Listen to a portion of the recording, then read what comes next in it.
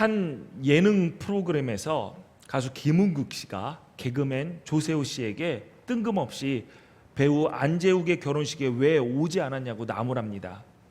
그러자 조세호 씨가 자신은 안재욱 씨와 아는 사이도 아니고 모르는데 어떻게 가요? 라며 억울함을 호소하게 되죠. 이 장면은 초대받지 않은 결혼식에 참석하지 않았다고 핀잔받는 조세호의 억울한 상황이 인기를 끌게 되면서 프로 불참러라는 신조어를 탄생시키게 됩니다.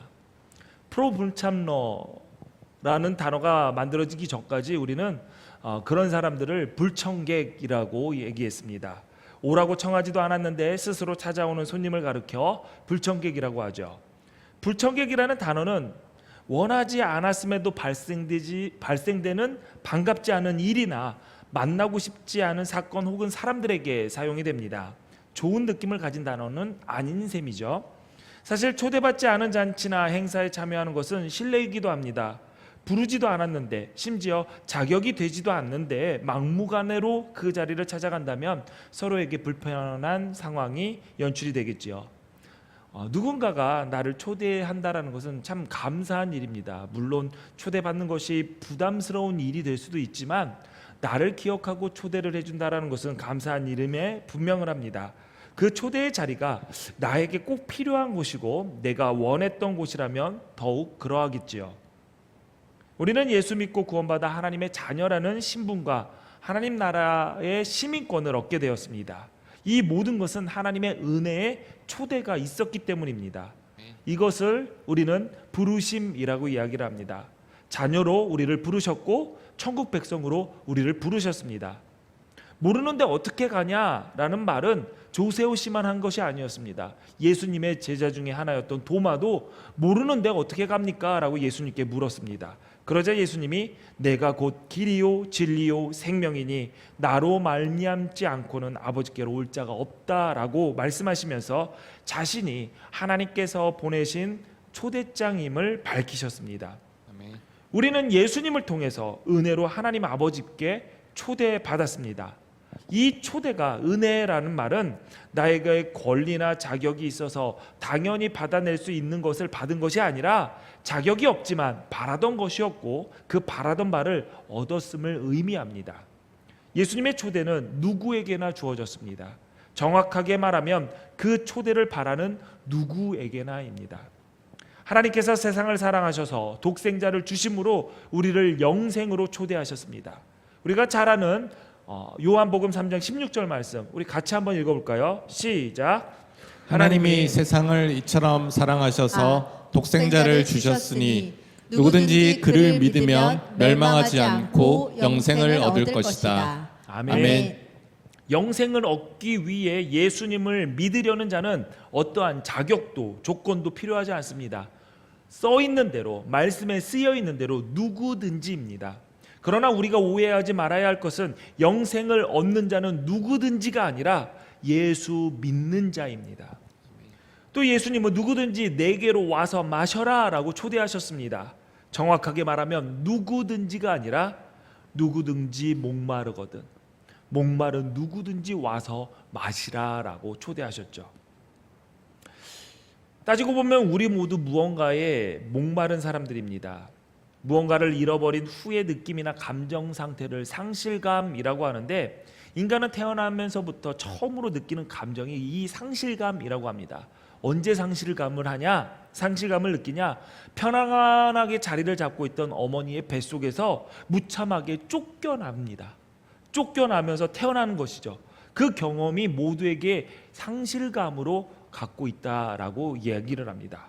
그래서 우리는 살아가면서 이뿐만 아니라 상실감을 계속 느끼는데 가족이 떠나거나 헤어졌을 때, 꿈을 잃어버렸을 때, 반려동물이 죽거나 내가 추억하던 장소가 사라졌을 때 여러 이유로 사람들은 살아가면서 상실감을 느끼게 되고 이 상실감을 벗어나기 위해서, 해소하기 위해서 인간은 또 다른 무언가를 갈망하면서 살아가는 존재이다라고 이야기합니다. 우리는 죄로 인해서 하나님으로부터 분리되었습니다. 그리고 하나님께서 예비해 놓으신 준비하신 낙원에서 쫓겨난 존재들이기 때문에 하나님에 대한 상실감을 다 가지고 있습니다. 하나님을 잃어버린 빈자리를 끊임없이 다른 것으로 채우려고 하는데 문제가 여기에서 생깁니다. 영원하시고 무한하신 하나님께서 계신 그 빈자리를 유한한 세상의 것들로 채워봤자 채울 수가 없다라는 것이죠. 무한한 공간에, 무한한 곳에 유한한 것을 아무리 채워도 그 빈자리는 채울 수 없기 때문입니다. 사랑하는 사람들, 원하는 건강, 나의 성공, 자녀의 성공, 부유한 재물 등으로 그 헛헛함을 채우려고 하지만 그 목마름은 해결되지가 않습니다. 오늘 본문의 사마리아 여인은 아픈 사연이 참 많은 여인입니다. 그 여인은 결혼을 5번이나 했어요. 그 때문인지 마을 사람들과 어울리지 못하고 사람들을 피해서 사람들이 다니지 않는 시간인 정오에 혼자 물을 길러 우물가에 나왔습니다. 과거에서 벗어나 새로운 삶을 살고 싶다라는 갈증, 하나님을 올바르게 예배하고 싶다라는 그 갈증, 메시아를 만나고 싶다는 갈증, 사람들을 피해서 살아가는 것이 아니라 사람들과 어울리며 살고 싶다라는 그 갈증, 삶에서 느끼는 그 목마름을 해결하기 위해서 그 여인도 포기하지는 않았습니다. 지치지도 않고 끝까지 시도를 했던 것이죠. 그런데 문제는 그 갈증을 해결해 줄 수 없는 물로 그 갈증을 풀려고 했다라는 것입니다. 그녀는 이렇게 생각했던 것 같아요. 자신의 삶의 이 헛헛함, 이 부족함, 이 상실감, 이 갈증은 나를 진정으로 사랑해주는 남자를 만나지 못해서야 라고 생각을 했어요. 그래서 5번이나 결혼했던 것입니다. 하지만 그 5번의 결혼으로도 그녀의 갈증은 해결되지 않았고 지금 같이 살고 있는 남자에게도 기대를 걸고 있기는 했지만 확신이 없었던 것일까요? 결혼은 하지 않은 상태였습니다. 그냥 같이 살고 있는 상태였죠. 어쩌면 이 남자가 가정을 가진 남자일 수도 있습니다. 그래서 불륜 관계를 유지하고 있는 경우일 수도 있습니다. 자신을 사랑해주는 남자만 있으면 이 상실감이 극복될 줄 알았는데, 이 목마름이 해결될 줄 알았는데 그렇지 않았던 모양입니다. 새 남편을, 새로운 남자를 만날 때마다 이번만은 다르겠지? 이번만은 저 사람이 나를 채워주겠지? 이 나의 텅 빈 가슴을 저 사람을 만남으로써 해결되겠지? 얼마나 기대했을까요? 그런데 그 기대는 채워지지가 않았던 것입니다. 지금 현재 다이어트 하고 계시는 분 계실까요? 대부분의 여성분들은 평생을 다이어트 한다고 하더라고요. 근데 다이어트 하신 분들은 이 사실을 다 알고 계실 겁니다. 우리 몸은 종종 갈증과 배고픔을 헷갈려 한다는 거. 위가 비워지면 식욕을 담당하는 호르몬인 그렐린이 막 분비가 된대요. 그래서 그 분비가 증가되면 배고프구나 라는 것을 느끼게 된다고 합니다. 그리고 또 우리 몸에 수분이 부족하게 되면 목마름을 느끼게 하는 호르몬이 막 분비가 돼서 목마르다, 이 갈증을 느끼게 된다고 해요. 근데 이 두 신호가 비슷하게 느껴져서 배고픔과 갈증을 종종 착각한다라고 합니다. 식사를 한 지 1시간이 채 지나지도 않았는데 배고프다고 말하는 사람들이 주변에 있어요. 그러면서 이렇게 얘기하죠. 큰 은혜니까 돌아서면은 이렇게 금방 배고파. 아니면은 이렇게 얘기해. 나는 소화를 빨리 시켜서 이렇게 금방 배가 고파. 아니에요. 목마른 거예요. 목마른 걸 수도 있어요. 사람들 스스로 굉장히 똑똑한 줄 알고 자기가 아는 감정, 느끼는 감정들이 다 진리인 양 얘기하고 있지만 사실 사람들의 많은 경우는 배고픈 것과 목마른 것도 구분하지 못하는 아주 허술한 존재들입니다. 그러니까 여러분 스스로 너무 여러분의 감정에 너무 뭐라고 할까요? 이것이 내 감정이 내가 느끼는 감정에 너무 빠지지 마세요. 우리는 목마른 것도 배고픈 것도 헷갈려하는 부족한 존재들이라니까요. 혹시 지금 배고픈 사람 계십니까? 아침을 안 드시고 오셨으면 배고픈 겁니다. 배고픈 겁니다. 그러니까 예배를 마치고 3층에 내려가서 식사하시면서 교제하고 가세요. 배 안 고파 하고 그냥 후다닥다 집으로 가지 마시고요. 아무도 배고픈 분이 없으시군요. 여러분, 영적인 세계도 마찬가지예요. 지금 나의 영혼이 배고프고 목말라 갈증을 느끼는데 그 원인을 육신적인 결핍에서 찾는 경우가 많습니다. 지금 내가 영혼이 배고프고 목마른데 지금 내가 뭐를 못 가져서 그런가? 내가 사람을 못 만나서 그런가? 내가 이룬 게 없어서 그런가? 착각을 한다는 겁니다. 마음이 자꾸 허전해요. 우울해져요. 그런데 그 이유는 내가 삶을 제대로 못 살고 있어서가 아니라 영혼이 배고프고 목마르고 허기져서라는 거예요. 그런데 대부분의 사람들은 이 영혼의 목마름의 신호를 잘못 진단해서 엉뚱한 해결 방법을 찾을 때가 많다는 것입니다. 허전하고 힘이 빠질 때 나에게 주는 선물이라며 쇼핑을 해서 뭔가 나를 격려한다고 얘기를 해요. 오늘 일부 예배 때 이 얘기를 했는데 어느 권사님이 나가면서 그러더라고요. 요번 주에 가방 하나 샀는데 바로 이렇게 들었다고.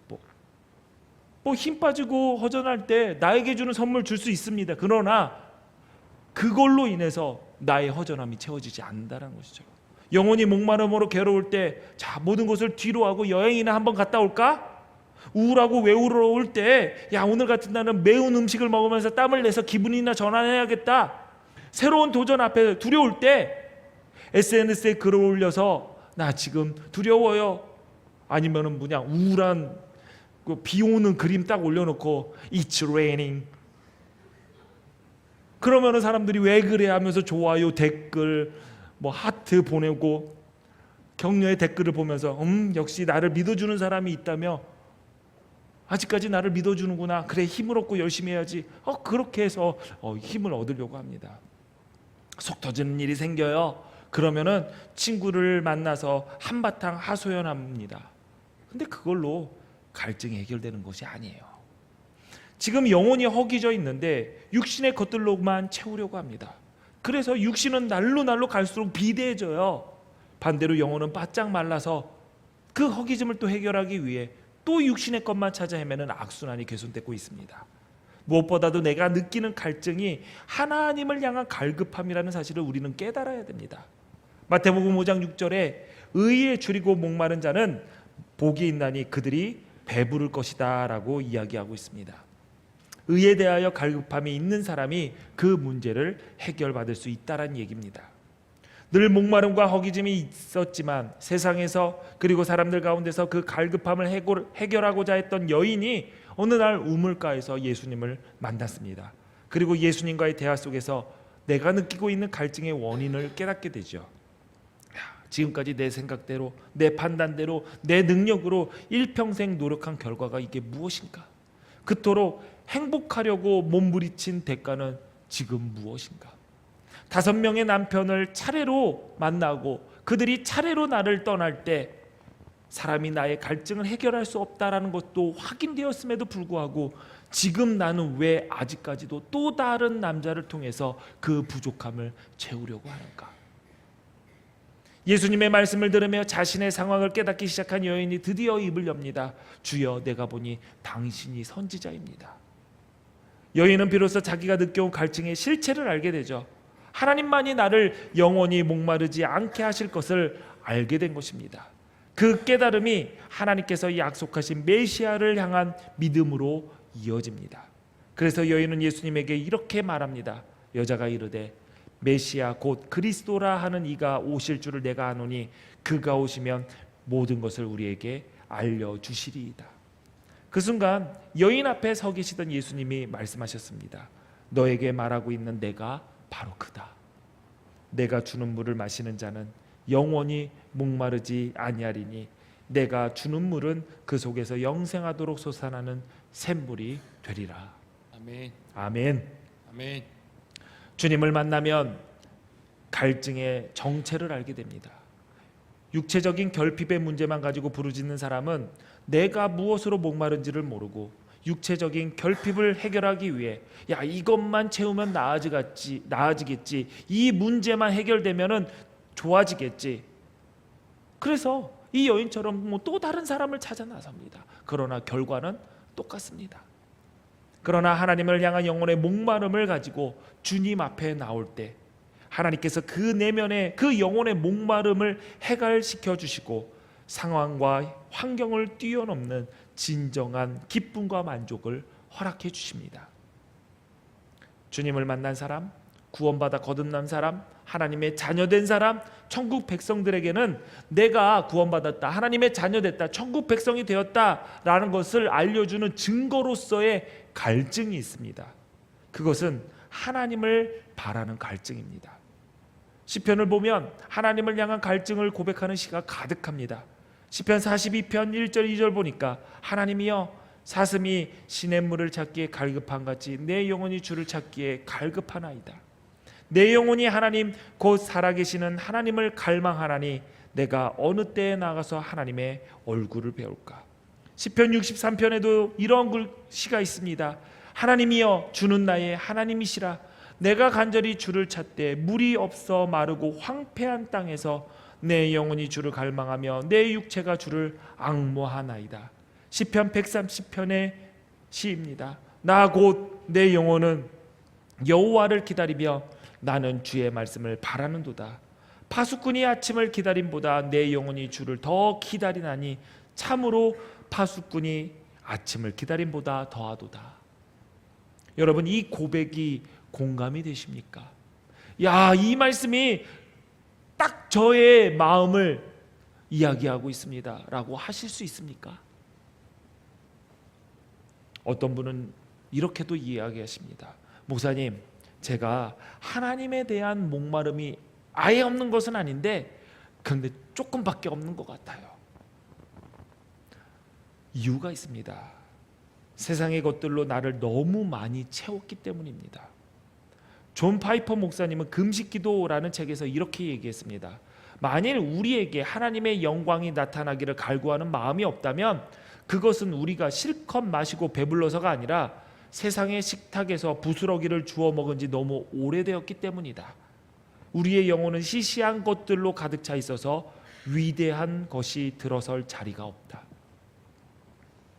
맞습니다. 우리가 살면서 너무나도 악한 일을 저질러서 문제가 일어나는 경우는 드뭅니다. 우리 속에 악한 생각과 악한 영이 가득 차서 하나님의 자녀로서 합당하게 살아가지 못하고 하나님의 뜻을 이루지 못하는 것이 아닙니다. 존 파이퍼 목사님이 말한 것처럼 우리 속에 시시한 것들로 가득 차 있어서 더 가치 있는 것, 더 고귀한 것, 더 거룩한 일들이 무엇인지 깨닫지 못하고 바라보지 못하고 그런 것들이 있는지도 모르니까 갈급함도 없고 그래서 생기는 문제가 대부분입니다. 오늘도 은은사자와 같이 우리를 삼키고자 하는 사탄의 전략은 우리의 영혼의 육적인 갈증과 욕망으로 가득 차게 만들어서 영혼의 목마름을 잊게 만드는 전략을 구사하고 있고 그 전략은 현재 매우 성공적으로 그리스도인들을 넘어뜨리고 있습니다. 또 어떤 분들은 이렇게 얘기를 해요. 목사님, 하나님께서 모든 것을 다 채워줬기 때문에 저는 목마름이 없습니다. 저는 다 만족합니다. 굉장히 신앙적인 고백처럼 보일 수 있지만 허영과 허세에 파묻힌 가짜 고백일 가능성이 아주 높습니다. 성경에서 말하는 자족, 만족은 나에게 주어진 환경과 물질에 대해서는 만족하고 하나님에 대해서는 여전히 목말라 하는 것입니다. 다윗의 시로 알려진 시편 131편 보겠습니다. 1절에 보니까 여호와여 내 마음이 교만하지 않고 내 눈이 오만하지 아오니 내가 큰 일과 감당하지 못할 놀라운 일을 하려고 힘쓰지 아니하나이다. 지금 다윗은 큰 것을 가지려고 나서지도 않고 분에 넘치는 놀라운 일을 이루려고 하지도 않는다며 자신에게 주어진 현재와 미래에 대해서 자족하고 있습니다. 그러나 이후의 고백을 보면 그가 바라는 것이 따로 있습니다. 실로 내가 내 영혼으로 고요하고 평온하게 하기를 젖된 아기가 그의 어머니 품에 있음 같게 하였나니 내 영혼이 젖된 아이와 같도다. 이스라엘아 지금부터 영원까지 여호와를 바랄지어다. 지금 난 모든 것을 만족해. 그래서 너무 고요하고 평안해. 그런데 얼만큼 평안하냐? 젖된 아기가 그의 어머니 품 안에 있는 것처럼 나는 아무런 걱정이 없고 평안해. 그런데 내가 바라는 것 하나, 영원까지 바라는 것 하나, 그것인데 그것은 여호와 하나님이야. 하나님을 향해서는 여전히 갈망하고 목마름이 있다는 것이죠. 하나님의 은혜로 목마름을 해결해 본 사람들은 하나님을 향한 영적 갈망이 더욱더 늘어납니다. 이런 말도 있잖아요. 먹어본 놈이 또 먹는다. 어제의 은혜에 만족하지 않고 오늘 더 큰 은혜 받기를 바라고 내일 더 큰 은혜가 임하기를 구하는 것이 만족한 자, 하나님 안에서 자족한 자의 삶의 모습입니다. 무슨 이해가 되지 않아요. 그러면 만족하지 말라는 건가요? 여기에 맞는 비유가 하나가 있습니다. 누가복음에서 예수님께서 비유로 하신 어리석은 부자의 이야기입니다. 그 부자는 더 많은 재산을 원하지 않았어요. 가진 것에 만족했어요. 그래서 내가 이거보다 더 많이 가져야 되는데, 더 많은 재물을 얻어야 되는데 하지 않고, 나에게 이미 재물이 너무 많아서 더 필요 없다. 그래서 곳간을 더 크게 짓고 놀고 먹자. 재산만 잘 관리하면 돼 라고 생각을 했습니다. 문제는 그에게서 만족함이 있었지만 하나님을 향한 영적 갈망이 전혀 없었다라는 거예요. 그의 마음속에는 온통 놀고 먹는 것, 물질적인 것, 세상적인 것밖에 없었던 것이죠. 그에게 염려가 딱 하나 있었는데 그 염려는 뭐냐? 많은 곡식을 쌓아둘 곳이 없어서이지 하나님의 은혜가 나에게 임하지 못할 것인가에 대한 그러한 갈급함이나 그러한 염려는 없었던 것입니다. 많은 사람들이 원하는 만큼 소유하지 못해서 불평하고 원망하고 시기하고 질투하는데, 이 부자는 가진 것에 만족하고 자족했으니 우리는 이 사람을 보면서 믿음이 좋구나, 하나님 안에서 만족하고 있구나 라고 평가할 수 있을까요? 그렇지 않습니다. 이 사람은 어리석구나 라고 얘기를 합니다. 하나님을 향한 영적 갈망이 없는 자는 나의 모든 삶을 만족해도 어리석은 자에 불과하다는 것이죠. 믿음과는 아무런 상관이 없다는 것입니다. 하나님을 향한 영적 갈망은 오직 하나님의 은혜를 경험한 하나님의 자녀들에게만 주어집니다.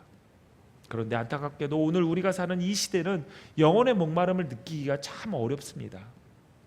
영혼의 목마름을 해결해 줄 물이 넘쳐나서가 아닙니다.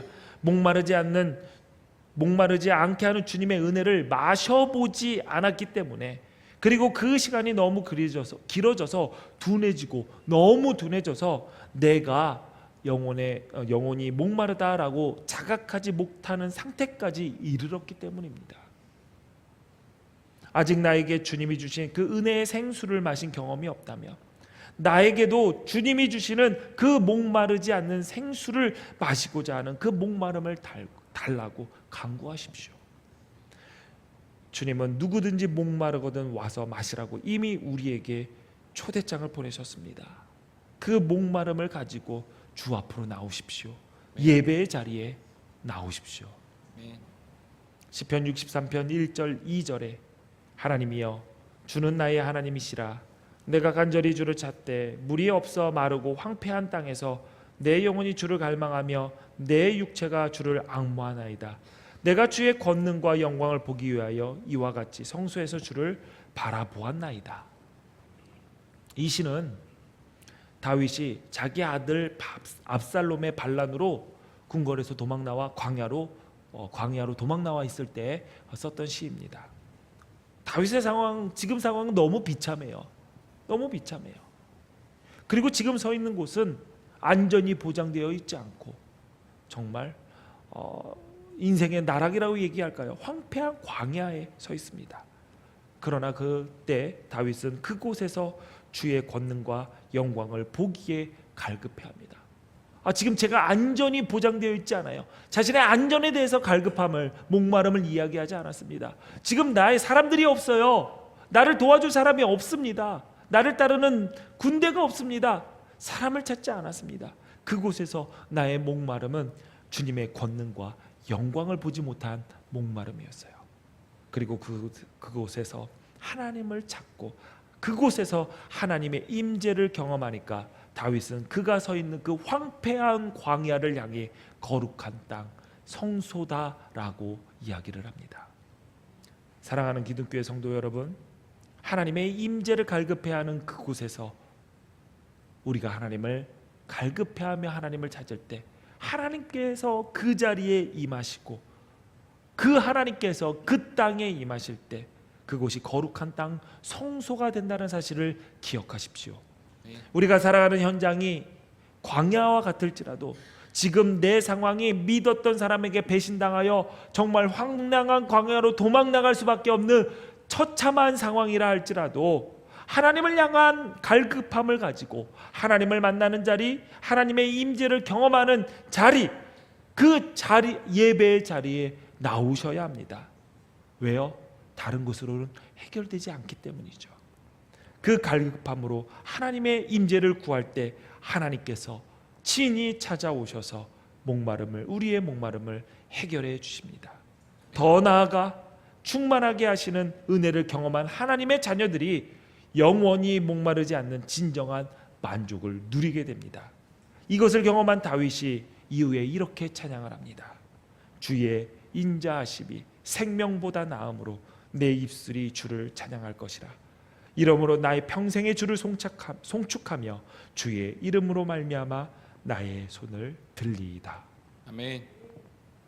여러분, 영혼의 갈급함을 가지고 영원한 생명수가 되시는 주님 앞에 나와 참된 은혜를 경험하며 늘 하나님을 향해 갈급함을 이야기하고 그 채워주시는 하나님의 은혜를 경험하며 주의 인자하심이 생명보다 낫고 그래서 내 입술이 주를 찬양하고 내 평생에 주의 이름으로 말미암아 내 손을 들리다.